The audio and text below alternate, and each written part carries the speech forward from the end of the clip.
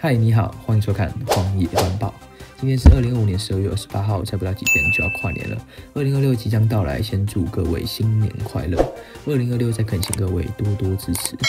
至於為什麼最近更新那麼少，問題就是說，因為我在拯救霍金斯，然後我來等待1月1號大結局的到來，所以興奮到做不了影片。我們馬上開始今天的荒野亂報。首先，第一則亂報。美好新樂園最近出了一些事情，有人在恐龍樂園中疑似尿尿在泳池中，全世界的玩家都在審問犯人，而這個犯人究竟是誰呢？我這邊有個答案了。在遊戲內可以看到法蘭克、Mr. P、格魯伯特、里昂、道格、邦尼、格雷特、艾德加、范、查斯特、皮爾斯、曼蒂，共有12隻角色被當成嫌疑犯。在官方3集動畫中，我們可以發現嫌疑犯中有幾個人都被攻擊到了，可以先讓他們排除嫌疑，包含了里昂、邦尼、Mr. P。而皮爾斯作為在動畫中來救人的，當然也排除嫌疑。道格、格雷特、范在動畫中跟犯人同時出現，也不在我們的嫌疑人名單內，所以嫌疑人只剩下法蘭克、格魯伯特、艾德加、查斯特、曼蒂。而根據遊戲內審問以及嫌犯的體型判斷，法蘭克可以移出兇嫌名單，然後審問艾德加完全沒有任何結果，先放在保留名單內。而是查斯特的審問就非常有趣了，以他證詞來看，蠻有機會就是他了。根據審問過程，我們可以知道有關他的糖果紙留在現場，而他不承認，並且還逃走。而別忘了他的好夥伴曼蒂，同樣是糖果3人組的成員，而現場也留下他的皇冠。而根據嫌犯的身形對比，和曼蒂非常相似，而他的皇冠正好對應了嫌犯頭上的凸出來那一塊。答案看似十分明顯了，但還有最後一個人，就是下個月的新角色格魯伯特。我們對於這位角色完全不熟悉，但要是官方為了鋪陳這隻角色的新推出，特別做出這個動畫來介紹，我覺得也是蠻有可能的。所以我覺得兇手不是曼蒂就是他，不然就是還有另外一個可能，就是之前 Blood Dog 暗示的第100位英雄，根據暗示他是超凡稀有度的角色，身為荒野亂鬥100隻角色，做出一系列的動畫來迎接他，其實也不是太意外。各位覺得有可能是他嗎？我個人是覺得曼蒂的嫌疑最大。我們就期待官方的正確答案公布了。另外，你可以到遊戲內新聞去猜說誰是犯人，就可以拿到一個皮爾斯寶箱。說到皮爾斯寶箱，皮爾斯搶先玩即將結束，在星期一下午就將結束。各位可以好好把握最後獲得新角色的機會。雖然這個箱子有夠難抽的，但祝福各位可以中角色，不然就是等保底了。這個活動我是建議組隊去打，基本上拿滿所有寶箱不是太困難的問題。接着我們回到社群活動的部分，各位可以審問每個角色拿到對應的獎勵。我會放上 Mr. Pike 所整理的圖片，這邊明確記載了所有獎勵的獲取途徑，各位可以一個個完成來獲取這些獎勵。接着是荒野亂鬥全球錦標賽的資訊，雖然在上個月才剛結束 BSC 25的所有賽事，但在最近 BSC 可是有着一連串的大新聞要來跟各位分享。首先，我們先恭喜奎崔亞坤獲得2025荒野亂鬥全球總冠軍。這對來自東亞的王者終於再次證明自己奪得冠軍。從一開始不被看好，到最後力挽狂瀾奪得冠軍，奎崔亞坤是如何做到的？各位就必須收看由我制作的 CR 奪冠紀錄片。各位可以點擊右上角資訊卡觀看。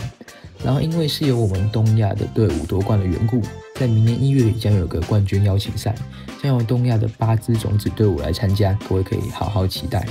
接着，我們來分享 BSC 26的資訊。首先，明年的賽季與今年一樣，分為2階段。第一個階段是1月至3月，第二個階段是6月至8月。這2個的階段的中間有一個 Brawl Cup， 然後在第2個階段結束後，有的2大線下賽事，最終席位資格賽、全球總決賽。今年的賽制比起往年有着巨大改變。首先，現在講講今年第一個線下賽事 Brawl Cup。這個 Brawl Cup 將不再只是可以為賽區增加晉級名額，而是改成了冠軍及亞軍可以直接晉級全球總決賽以及 LCQ， 這無疑是一大亮點。這表示有2支隊伍在年中就可以直接晉級，成為賽事的種子。而這個 Brawl Cup 的競爭也是更為激烈，從原本的8隊直接變成了12隊，也讓這場賽事變得更具有競爭力，也更有可看性。而5大賽區歐洲、東亞、北美、南美及中國這5大賽區各有2個名額可以晉級，然後另外東南亞、南亞賽區有1個名額可以晉級。至於還有一個名額，目前不知道是用什麼途徑來晉級，要等到之後官方公布。然後除了 Pro Cup 有這個重大改變外，最終席位資格賽同樣也迎來了更新，隊伍參與人數從16隊砍成8隊，然後可以獲得金票晉級總決賽的隊伍也只剩下2隊，這表示以後要從 LCQ 奪得金票是更為困難。而最終席位資格賽的晉級資格，東亞、歐洲、北美、南美以及 Pro Cup 都是只有一個晉級名額，中國賽區則是有2個名額，因為他們沒有直接晉級全球總決賽的名額。然後東南亞、南亞則是沒有任何名額，每個賽區的參加隊伍都減少，也代表在月度決賽爭取名次更為重要。像是歐洲賽區往年5到8名都還有晉級資格，但明年開始可就沒有辦法了。講完了 LCQ， 來說說一整年賽事的重頭戲，就是全球總決賽。這場對戰無疑是每位選手努力的最終目標，同時也是荒亂鬥職業賽事的最高殿堂。但今年這場比賽參加隊伍減少至12隊，東亞、北美、南美以及 LCQ 有2個名額可以晉級，歐洲則是3個名額，而 Pro Cup 冠軍則是有1個名額。中國和東南亞、南亞這2個賽區，應該是官方考慮到這2個賽區往年實力等等元素，這2個賽區完全沒有任何晉級名額。中國賽區必須在 LCQ 及 Pro Cup 爭取名額，而東南亞、南亞賽區就更可憐了，只能從 Pro Cup 想辦法拼到第2名來晉級，而且他們還只有1個晉級 Pro Cup 的名額，也表示他們賽區基本上只有1隊可以晉級。這邊先猜 RNTX。以上就是 BSC26 賽季方面的改動。接着還有一些內容。首先，這個消息所有的玩家都會很開心，就是從明年開始，荒亂鬥全球錦標賽的獎勵將獨立出來，和 Pro 通行券分開，變成像前幾年那樣的模式，也表示每個月都有寶物之星、金幣、表情，甚至是混沌之星等等獎勵可以來取得。對於觀賽體驗來說是好了非常多，畢竟那個 Pro 通行券觀賽的積分根本沒啥用。再來第2個改動就是明年開始的賽事將導入地圖選擇機制，還有全局禁用角色和可視化角色禁用機制，甚至還有全新模式的加入。這些內容官方目前沒有透露太多，要等到明年才有進一步的消息，到時候再來跟各位分享。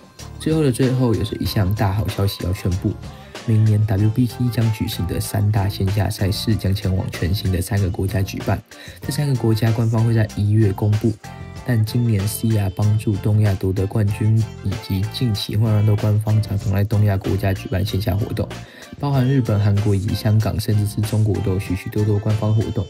或許這塊市場也被官方注意到，有機會的話，明年應該會有線下賽事在東亞國家舉辦。各位覺得是哪個國家呢？雖然可能性很低，但有沒有機會是台灣呢？這個答案以及更多 BSC26 的資訊，我們下個月等官方公布後再來跟各位分享。